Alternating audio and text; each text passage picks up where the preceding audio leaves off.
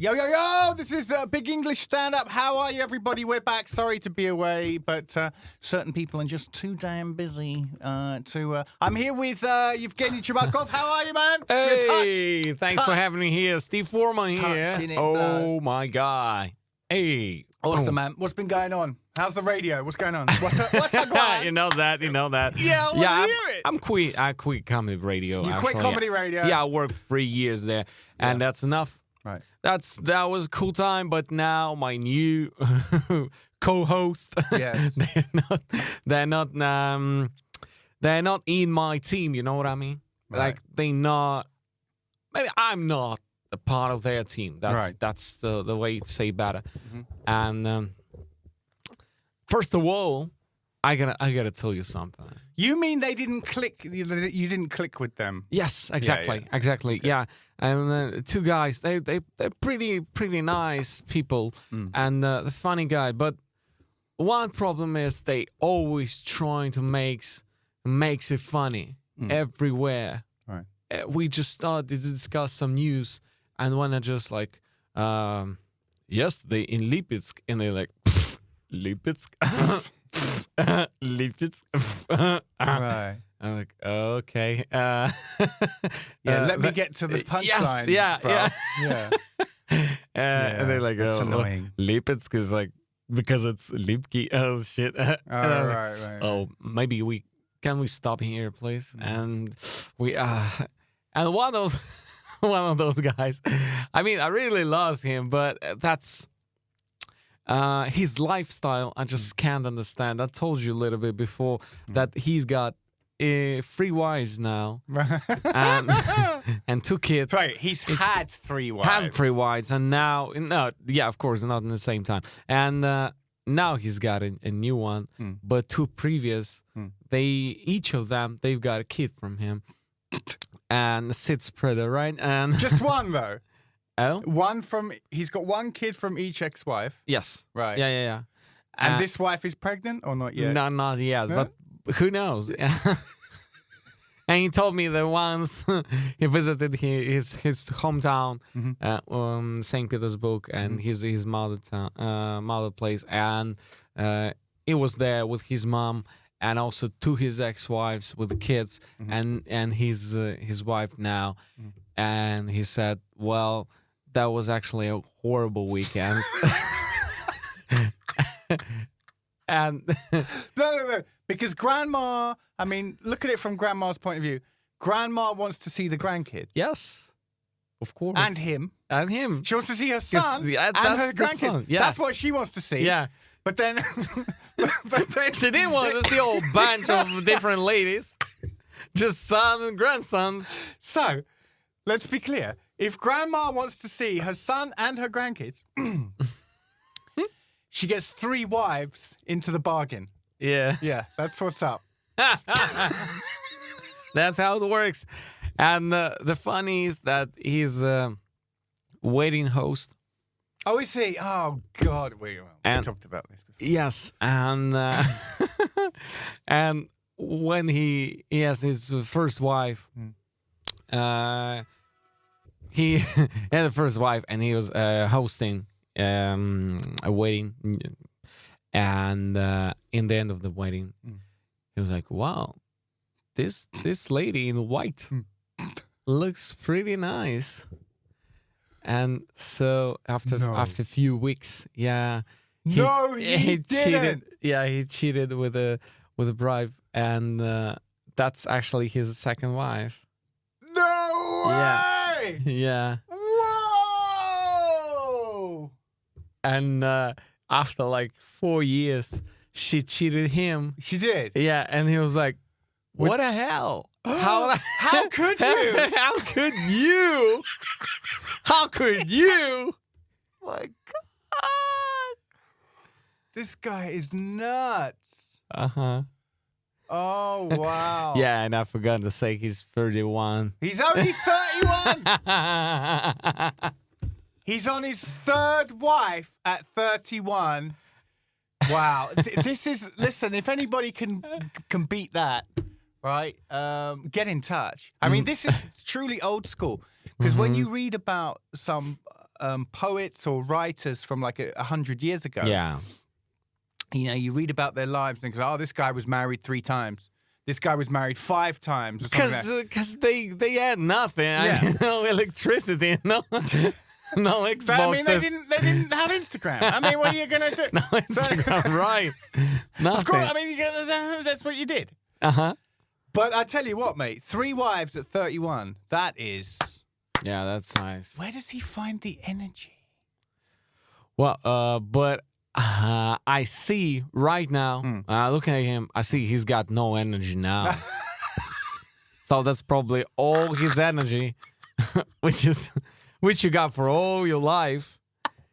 He just put it together, push it on one very active period in his life. Yeah. Just imagine the situation where 3 ladies always speak something, but can you imagine if they just kept quiet? That's even worse. I mean, you just sit in the room, and 2 your ex-wives, and 1 your wife. They're just sitting, and just looking at you, and you know what they're thinking about. That's even worse. There's like lava waiting to come out beneath that volcano. 3 volcanoes! Yeah. That would be very scary. Yeah. On my way here, we got stuck in traffic, and I started chatting with the taxi driver. He was pretty friendly and chatty. And he started telling me taxi driver jokes. Things that had happened to him in his taxi driving career. And I was just like saying, yeah, I'm glad this... Because I got into the wrong taxi last weekend. And I went somewhere. Wow. Yeah, it can happen. You got to be careful. And he said, yeah, it happens, yo. Don't worry about it. And then he goes, one time, he said, I was driving down the street and somebody did like this. And he said, I thought that was my ride. I thought that was the person who ordered me, right? So he stopped. The guy gets in and he says, is that the right address? And he goes, no, somewhere else. It's another address. He goes, oh, okay, well then why don't you need to type it into the app so for me to go there? I can't change the destination from here. He said, my phone's, I got no battery. And he's like, well, all right, well, I can take you a little while. And he starts taking, and then it's pretty clear that this is not a different guy. This is not the client at all. So he's like, oh man, what am I going to do? So he goes, yeah, just keep driving down in. He said, look, dude, you got to get out of my taxi because he goes, just a little bit further. Look, I can pay you in cash. He's like, no, man, it's not how it works, you know? He's trying to get rid of him. And then this guy just won't get out of the car. You can't physically remove someone from the car. So this guy's from Kyrgyzia. So luckily, he had like a 4-inch knife under his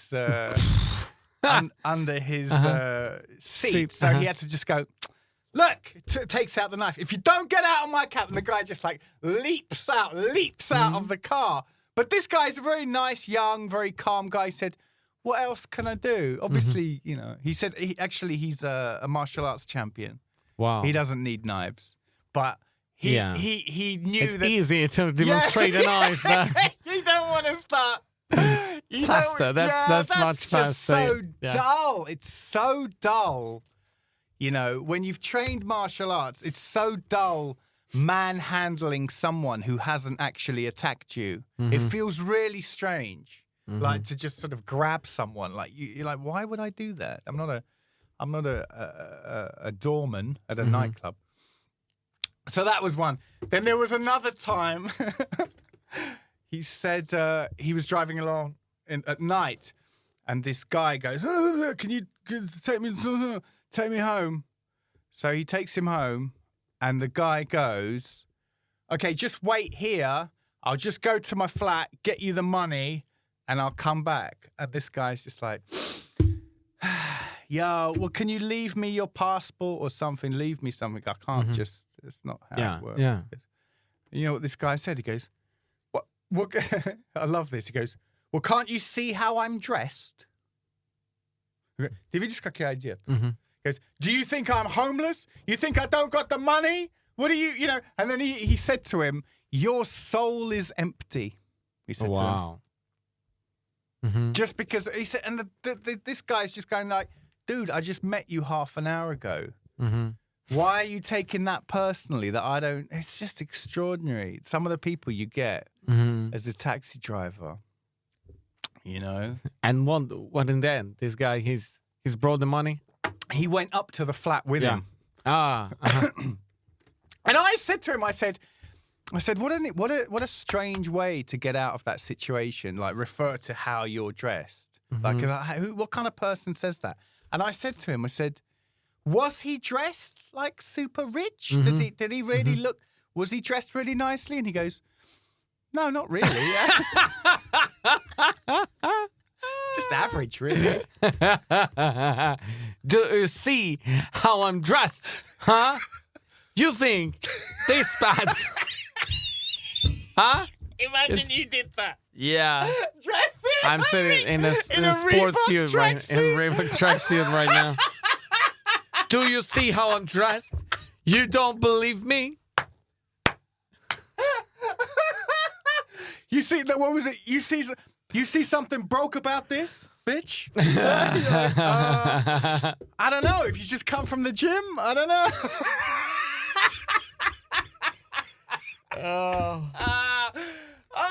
Of all the things you could say, oh God, that makes me laugh.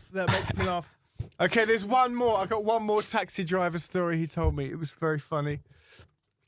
He said he's Kyrgyz. I don't know if that makes him Muslim or I don't know. Yeah, it does. Does it? Okay, so he picks up these two drunk girls. They get into the cab. They drive 100 meters. These girls crack open the cans of alcohol, cans of beer. And she goes, and he goes, oh, girls, honestly, that's not cool. Can you not drink in my taxi? And she goes, why? Why not? We've hired the taxi. We can do what we want. Hello. And he said, well, because it's kind of public transport, really. It's a public service. So I think we all know why. He doesn't want him to spill it. Yeah. He doesn't want the motherfucker to be smelling a beer for the next client. I think we all can understand that. I think it's fair. In London, taxi drivers hate that shit, yo. They hate seeing that. They're like, no. And anyway, so they're arguing. So she starts threatening him that her boyfriend works for the government and he's going to come over and check his papers and his registration because he's from Kyrgyzia. You know, my boyfriend is Putin. So you better get your shit straight. Right? So she's threatening him. She's threatening him. And this is great. She goes, right, I'm going to call him now. I'm going to call him now. She calls her boyfriend and she says, honey, I'm in a taxi right now. And this guy, he doesn't want to take us. He doesn't want to take us to where we're going because we're drinking beer in the back of his taxi. And then there's this pause. And the boyfriend goes, well, yeah, I mean, if he doesn't want you to drink beer in the back of his taxi, then don't drink beer in his back of his taxi. Get another taxi. And she's like, oh, like she was hoping he was going to go, right. Where are you? Where are you, darling? I'm coming down there now. I need 2 helicopters.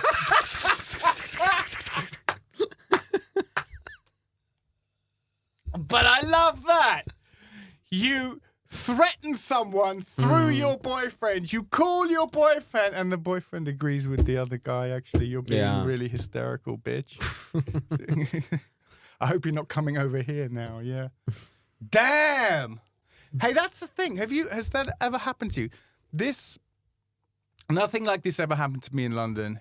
In Moscow, you get into an argument with a girl, and she starts threatening you through her boyfriend. Yeah. She starts saying, "I'm going to call my boyfriend in a minute, and he's going to come down here." Has that ever happened to you? Feminism.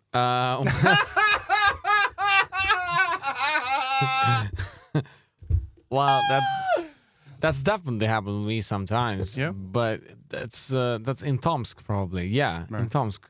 When I was studying in Tomsk State University, I had some situation because I used to work in a nightclub as an MC, and different situations happened. Yeah. And of course, sometimes pretty drunk ladies. Yeah, I can't remember that somebody being sober and say something like, "I'm gonna call my boyfriend." That's mostly drunk ladies. Yeah. Yeah, but I remember I got my worst story about nightclub. Can I tell you that? Yeah. Oh shit. Well, I had an MC. Well, I had a DJ. I mean, I was an MC in a nightclub called Pravda. Pretty like bad place. I mean, I never want to be there again. Never.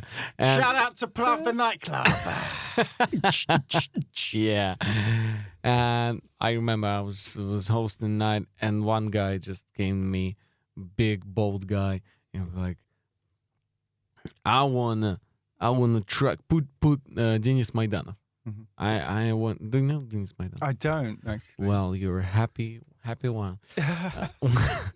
That's a Russian chanson. Oh no. Yeah, Okay. but it's kind of there is a jail chanson in Russia. Yes. And there is a romantic chanson. Yeah. So it's more about romantic Okay. chanson. Yeah. But anyway, guitar and this voice, and I was like, we don't put music. It's We not don't just do work. requests. Yes, no requests. Just DJ puts his music. That's it. He wanted like a. It's kind of like Frank Sinatra style crooner, romantic gangster music, right? Russian. It's Russian crooner gangster music. That's what it is. And I was like, no requests. And this guy was like, I'm gonna give you money. Oh, here we go. How much? And I was like, well, and I was at that moment I was 19. Yeah. I was studying my second year in university, and of course, I was pretty short in money. Sure. and I was like, no money, no request. That's the rule. He was like, I gotta give you 3,000 rubles. That's And- $60. Yeah, but in Tomsk, Yeah. that was That was a lot. Of money. okay. That was That's actually a good tip. That's That's a good tip. Yeah, that was actually all my price for a whole night working. Right, right. And I was like, oh, wait a second. Yeah. And I just came to a DJ. Yeah. I stood to him for a while. And I asked him something. I was like, is that Red Hot Chili Peppers playing? And he was like, yeah. Oh, cool.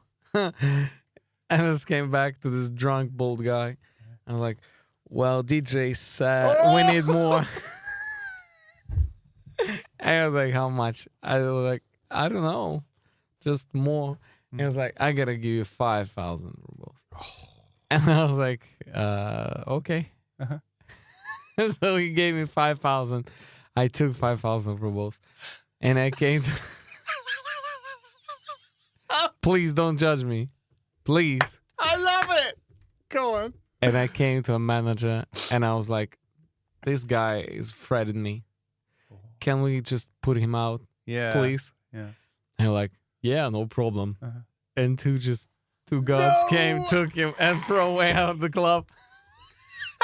And I just took my 5,000. This guy is out, and I was like, okay. I don't know. They just done it. Wow. Yeah, and I imagine situation that a lot of times that I met this guy on the street somewhere in Tomsk, Yeah. and he reminds me like He remembered you. no, I just imagined that Oh, you situation. imagined it, yeah. And of course I imagine my response on his question like Yeah. what the hell. I would say, well, right after you were thrown out the club, we just put Denis Maidan. Where you were, huh? I was looking for you, man. That was Denis Maidan were playing for you, man. Where you were, huh? MC Hustler business models here on Big English Stand Up, everybody. Look at that.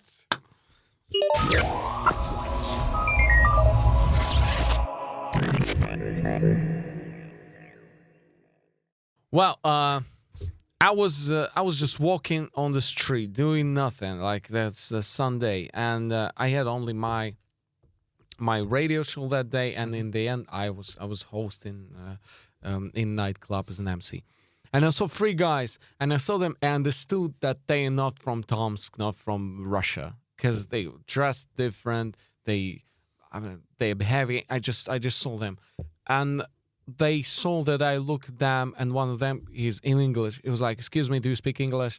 I was like, "Yeah," and they're like, "We're actually Canadians, and we just a little bit lost, and we traveling here around Russia." Mm-hmm. I was like, "Wow!" They were French Canadians, I would say, yeah, from Montreal, and super nice guys. Super. We spent a half a day. They're like, we traveling from St. Petersburg to Vladivostok Oh, Christ. by that one. bus. Yeah. I was like, By bus? yes. I was like, what? By bus? Yeah. And How they long like, is that going to take? 2 like, weeks? like 3 months.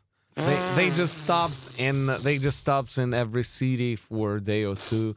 So they from St. Petersburg to Moscow, from Moscow to Kazan, from Kazan to Yekaterinburg, from Yekaterinburg to Novosibirsk, Tomsk, Krasnoyarsk, from Krasnoyarsk, Khabarovsk to Vladivostok, and from Vladivostok to plane back to Moscow, and from Moscow back to Canada. I was like, wow, that's crazy plan. I mean, okay. They're like, yeah, we just want to see Russia. That's très intéressant to see Russia. And I mean, why not? And Pourquoi pas?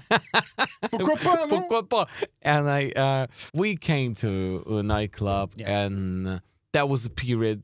I knows everybody. It's like student city. Yeah. Everybody knows me. I knows everybody. So I'm like, yeah, that's my friends from Canada. They cool guy. They're like, woo! Yeah. Everybody just wanted to speak with them, just buy drinks, and they were so happy, and so many beautiful ladies, and that's cool.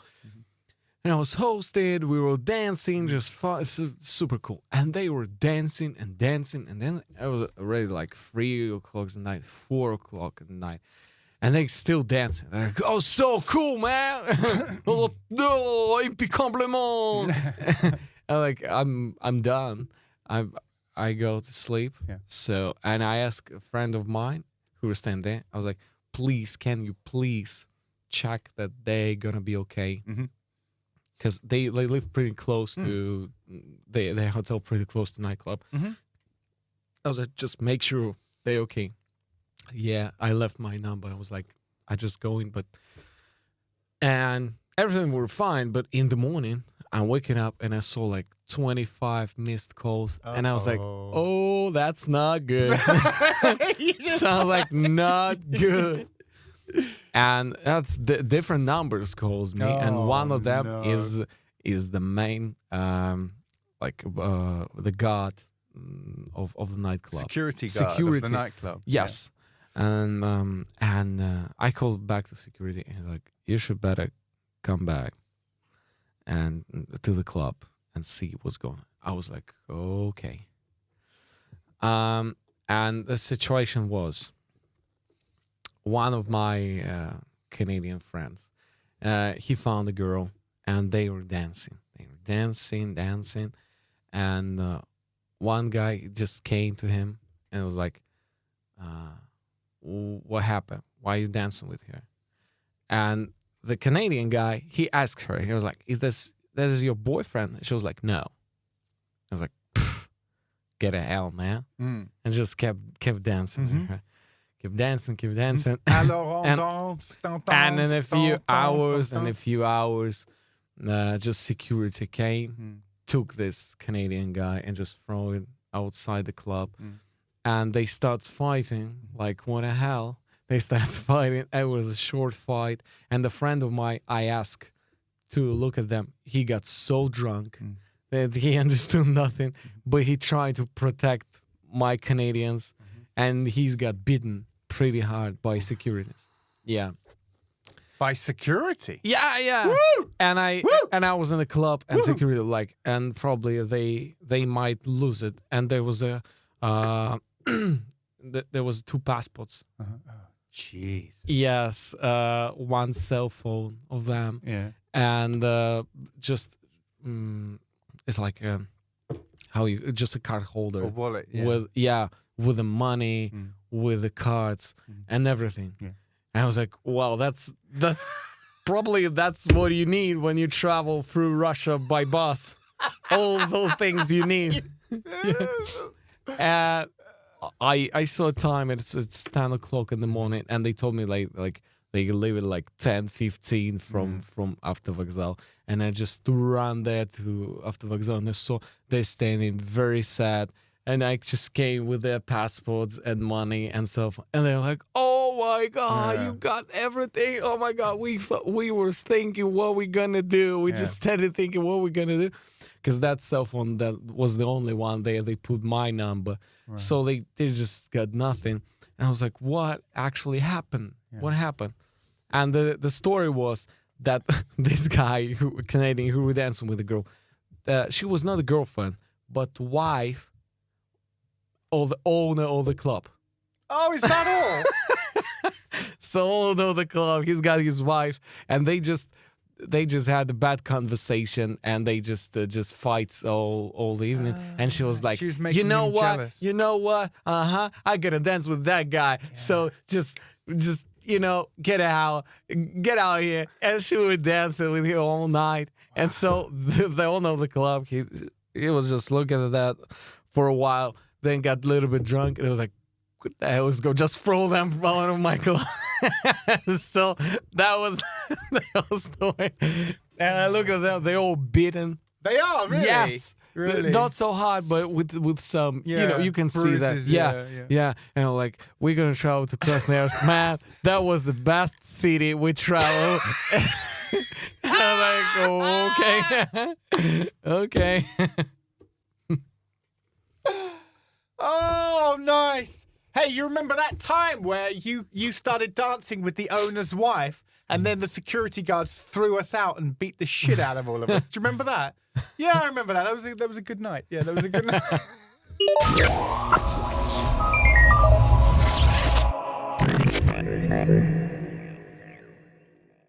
But I've decided I'm going to rename dates. I don't like this word, date. Date? I'm going to call it.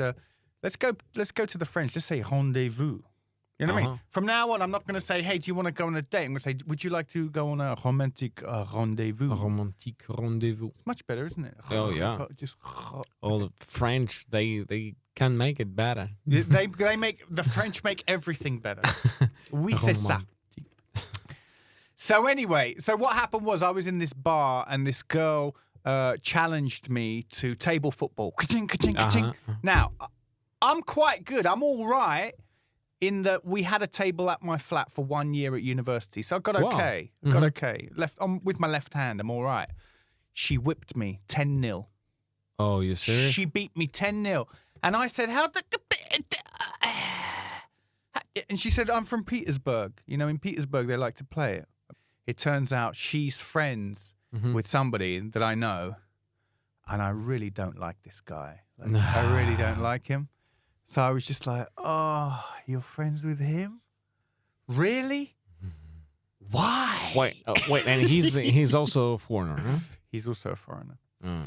And I was just like, oh. So it just kind of already put this little blanket over the date, you know? It's just kind of like a little tucha, a little dark cloud over the date. So I'm just like, oh, no. So then she goes, what's the big deal? Why don't you like him? And it's one of these situations where it's a really long list, dude. Like we don't have the time. You know, explain all that. Yeah. Yeah, like what's it in that De La Soul track where he says you played yourself. It's like it's not a question of me not liking someone, but it's just the list I can give you of why this guy is an a-hole. It's such a long list. Like I don't know where to start. Whatever. So that kind of put a little cloud over the date, and I'm just like going, okay, we're gonna get through this. You know, it's gonna be okay. But it wasn't okay. It really wasn't okay. And there you go. You just find that maybe certain associations with people, like it becomes clear that, you know, you're not the same kind of people. You're not. Have you got a freaky date story? Yes, of course. Well, I gotta tell you. Can you imagine asking someone that and someone just goes, no, me, no, never. They've always been fine. Yeah. Well, I'm trying. Now you're asking me, like, and I feel like sitting on the field with cucumbers, and you're like, do you got a cucumber? And I'm like, let me just pick up one, cause I just grab from everywhere. Really? But I gotta tell you one. I don't know why, but I remember that one first, so I gotta tell you this. Well, it's 2011, United States, my work and travel experience, and Bethany Beach, Delaware State, and I'm just working there in Bethany Beach. Bethany Beach. Bethany Beach. Yeah, okay. that's the place. Small, sweet place. So small and so sweet. And I've met a girl. She's from Belarus. Sweet. Yeah, very nice, very beautiful. And Natasha. And I've met Natasha, and we just walked on the beach, just talk, and so everything's so romantic. Bethany Beach in the evening. Yeah, ocean, very close. Yeah, it's very close to Ocean City. Ocean City. But Ocean City is full of people, very noisy. And Bethany Beach is very close, but so quiet, so romantic. So it's wow. I remember that, and I just like I can't stop smiling. Right. And but the problem is, she was a political fighter, activist. Yes, exactly. And she was like, I can't live in a country where we got this horrible president, and that's just so bad. I'm like, yeah. Can I grab your hand, please?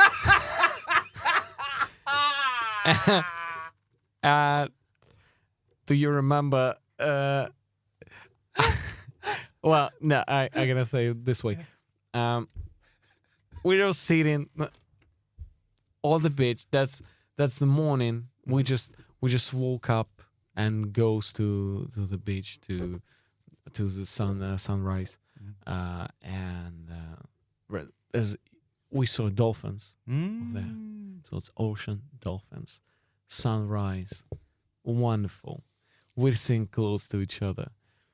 I grab her hand, and I'm trying to kiss her, and she's like, and by the way, Lukashenko. I was like, come on, man. Come on, just... What?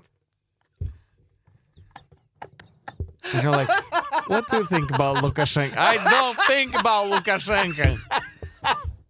Well, he's the comb over and the moustache. That's it.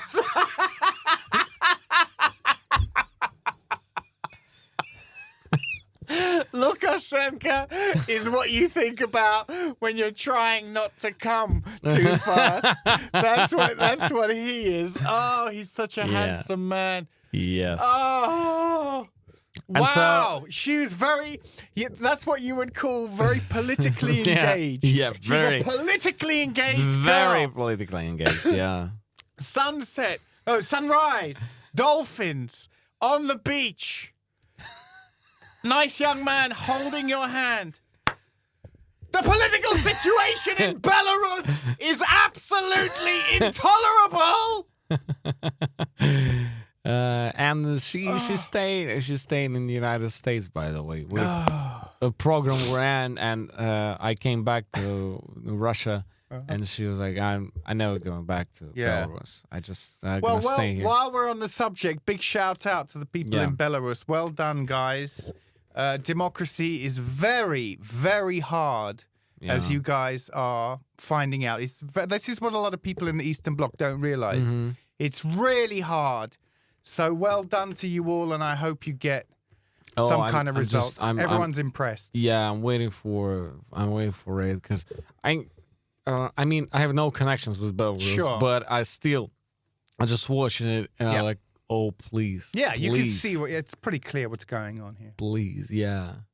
But I mean, I just can't imagine how they can remove him. Yes, because he kind of person who never could leave while he's alive. I mean, he's that type of person, you know.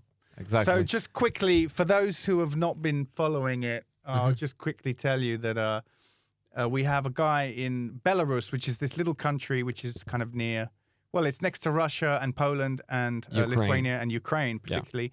The people there are ethnic Russians, and they have a guy there called Lukashenko, Alexander Grigorievich, who rocks a comb over and a mustache, which is, you know, that's one of my favorite grooming combinations. You know, the comb over without a mustache is not the same. You got to have both. Anyway, this guy has been in power for 26 years. 26 years. That's more than Erdogan, and that's more than Putin. Right? And there's been no challenge, no opposition for this entire time. So look at it. Say what you like about those other guys, but Lukashenko is taking the piss more than Erdogan or Putin. And this is right in the middle of Europe. Belarus is right in the middle. It's literally Central Europe. It feels really strange to have a dictatorship there. Okay? That's the situation. Now, beyond that, people had enough of it. A little opposition group has come up. They've done a pretty good job overall, and now there's been massive protests. And they use a wonderful, we can say for them, wonderful for them politics. All those leaders from post-Soviet republics everywhere. I know that from Kazakhstan. I feel it in Russia, and I know definitely that in Belarus. They said one message: if there will be any changes, that will be worst than it's now. So now it's not good, okay? But if you do any changes, that's gonna be worst. And that's thought they put everywhere for the people, and people, especially who knows what is Soviet Union, who remember those times. They just don't want to. They're afraid of 90s. They remember those times, and they're like, well, maybe that's good. We're not super cool, but anyway, that's no changes. Just this way, no changes, no worse. And that's fear, which just can't move it on, and just took all them out of the game. Gotcha. So they had another election, and Mr. Komover won 87%, and it was just corrupt as hell, and everyone had enough. And so if anybody's not following the situation, I do recommend that you do. And it's actually very interesting. Yes.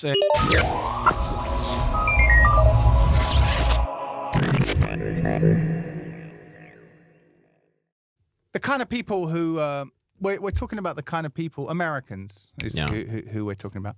Americans are the kind of people who hope that or think that everybody's talking about them a lot of the time, and we're not. But I'm going to. I just want to mention something. Is that they have an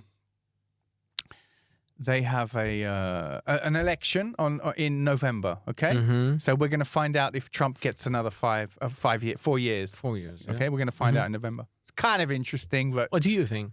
Do you know what, mate? I don't think he'll. I cannot believe the things he said. I mean, he's been attacking veterans and soldiers now, Oh, really? and that's his base. What happened? Okay. I never heard about it.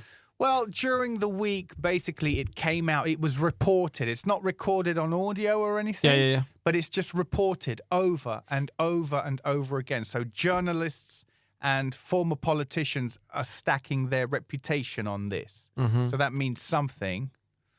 They're saying that Trump has been saying things like, we're going to go and commemorate the fallen in the war. Mm-hmm. Why would I do that? They're a bunch of losers.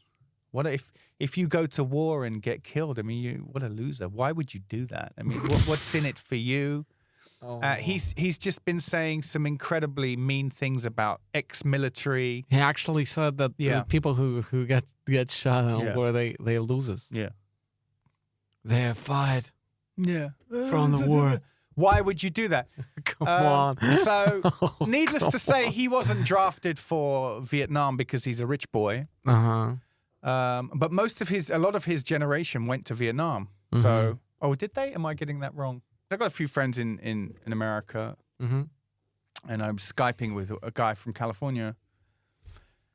And, dude, there's this feeling that if Trump doesn't win,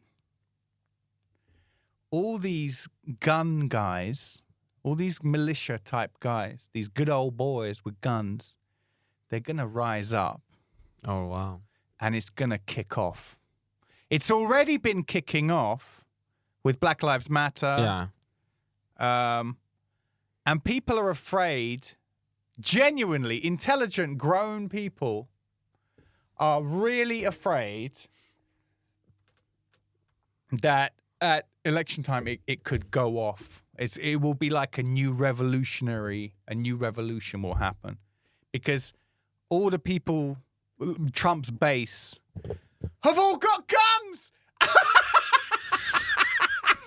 So a big group of unhappy people with guns over here.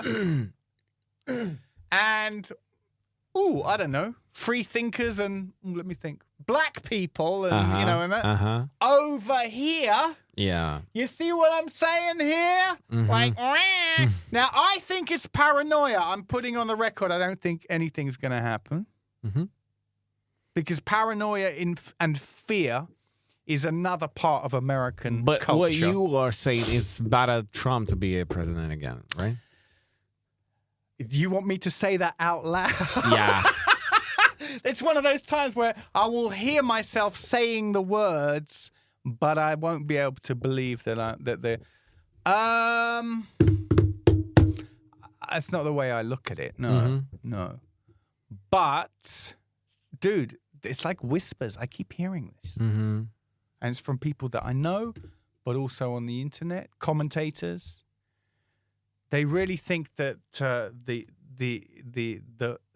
bubble is going to burst on this experiment, which they call the United States of America. Because that's all it is. It's just a social experiment to me. Wow. Have you heard anything about this? That the United States is a social experiment. No, that it could get quite it could get quite gunny if Trump loses.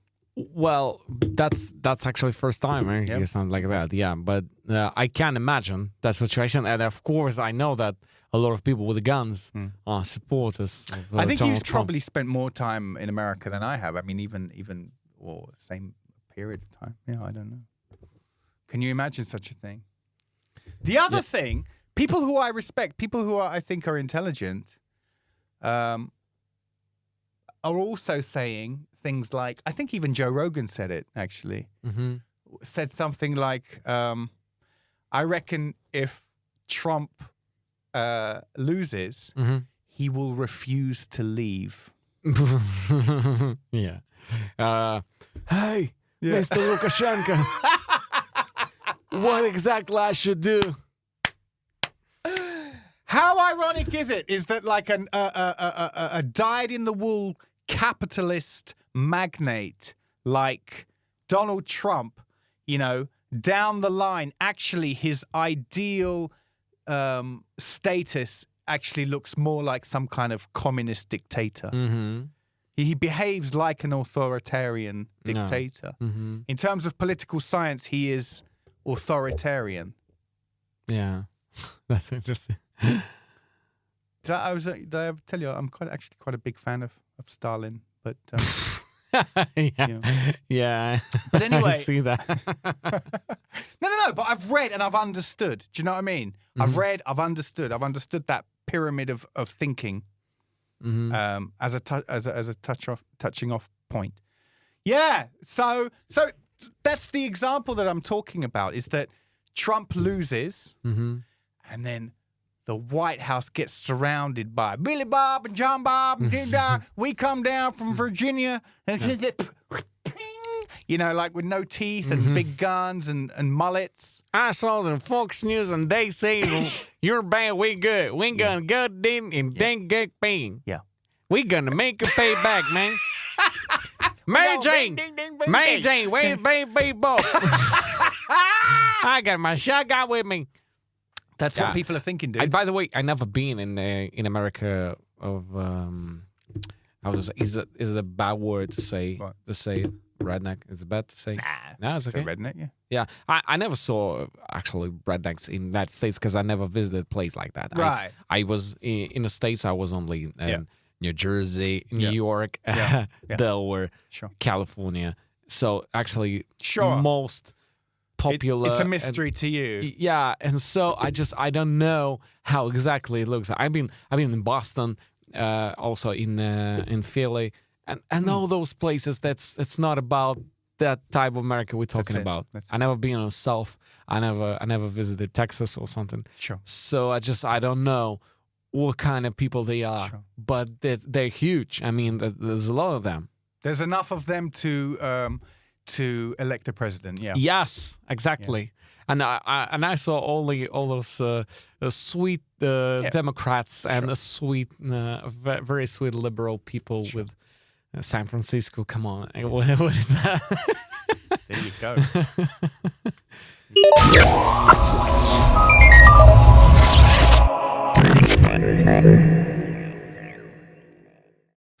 But, so I sometimes from time to time, and I got in touch with Milo actually about this. Oh. Because Milo was on the comedy chart with us, and we were neck and neck.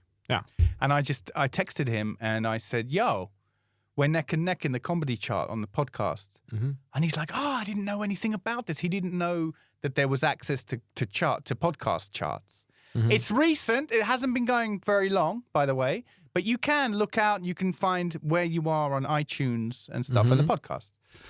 And he was like, wow, this is really interesting. I said, yeah, I know. That's how I know we got to number 8 in Mongolia. Beat that, bitch. Huh? Beat number 8 in Mongolia. I don't think. Anyway. So he said, wow, this is great. This is really interesting. I said, yeah, I know. Because I have fun looking at the charts, the podcast charts from time to time. And I stumbled across a chart in the US of A. Oh, we're talking about them again. For example, mate, did you know there's a chart? So you got the comedy chart, music maybe, right? Yeah. Politics and stuff. There's a chart which is religion and spirituality. Okay? So we're talking about America here, of course, right? They've got one. And I was fascinated to look at the religion and spirituality chart, number 1 to 10. And and what was interesting, mate, was that in that top 10, about 5 of them had atheist in the title. Oh, really? Right? There was the scathing atheist, the atheist experience, and the thinking atheist. So 3 out of 10 were atheist ones. Isn't that crazy? Yeah. And then there's another one which is called unashamed. It's just called unashamed. God damn it. And I was like, I wonder if is that going to, what's with the shame? Because, Christians are big on shame. Shame is shame on you. Oh my God. Shame. Did you see that scene in Game of Thrones? Yeah. Shame. That was amazing, wasn't it? That is a truly unforgettable scene. But other titles in the podcast chart, right? Check it out. So Unashamed is a Christian one, and it says, we're unashamed of our Christianity. It's really near the top. It's like number 3 in the whole of America, right? Unashamed. There's a picture of this guy with a beard and ting, looking all important. And I'm just thinking, unashamed to be Christian, yeah. Why would you be ashamed? I mean, what is there to be ashamed about? I mean, I just, that's such a, that's such an aggressive, such a strange touching off point. I'm unashamed. Okay. Good for you. Hey, check this out, right? There's lots of podcasts like Latter-day Lesbians, right? Wow. Now, I know that sounds like a Pornhub genre, but they tackle, listen to this, they tackle religious trauma and LGBTQ issues. And for example, while looking at those charts, I also stumbled across a new name, which is Exmo, right? So Zen, there is a community of people out there who grew up under some crazy religion, and then when they were older, they snapped out of it. They managed to get out of it, right? They're called Exmo. Exmo is ex-Mormon. I know, I've met 2 or 3 people like that. Ex-Mormons? One of them grew up Jehovah's Witness. She was knocking on doors by the age of like 16. Oh, really? Her parents made her knock on doors. Wow. So there's a community of people that grew up in some crazy religion and then they break out of it. Did you ever see Blake Brown, the guy doing stand-up? I know Blake's story, yeah. Blake was ex-Mormon. He's Yes, an Exmo. I know. Blake's an Exmo. I got one short story. Yeah. In Usk-Minogorsk, Yeah. I met 2 guys dressed really well. Yeah. And they came to me and they were like, we are Americans. You want to practice and learn English with us for free? God. And I was like, well, yeah. Yeah, sure. I just never heard about Mormons before. And they were actually Mormons. And In the middle of Siberia somewhere. in Usk-Minogorsk, yeah, which is like exactly, that's Siberia. That's very far. And they Spreading the word. and they had a flat. We visited it. I actually learned my English with them. Really? With Mormons, yes. But I was so dumb that only like after half a year I understood that something goes wrong. Like, why we always talking about God? I was expecting maybe we can talk about traveling or like London is the capital of Great Britain and stuff, like, basic things. All right, guys, that's our time. Xenia up top. Yeah, thank you, Steve Great to see you Foreman. again, buddy. Thanks for listening, the same. everybody. Thank you. Take care of yourselves and each other, and big up to the people in Belarus. We're thinking of you. We're following you. We're watching. And, peace, everybody.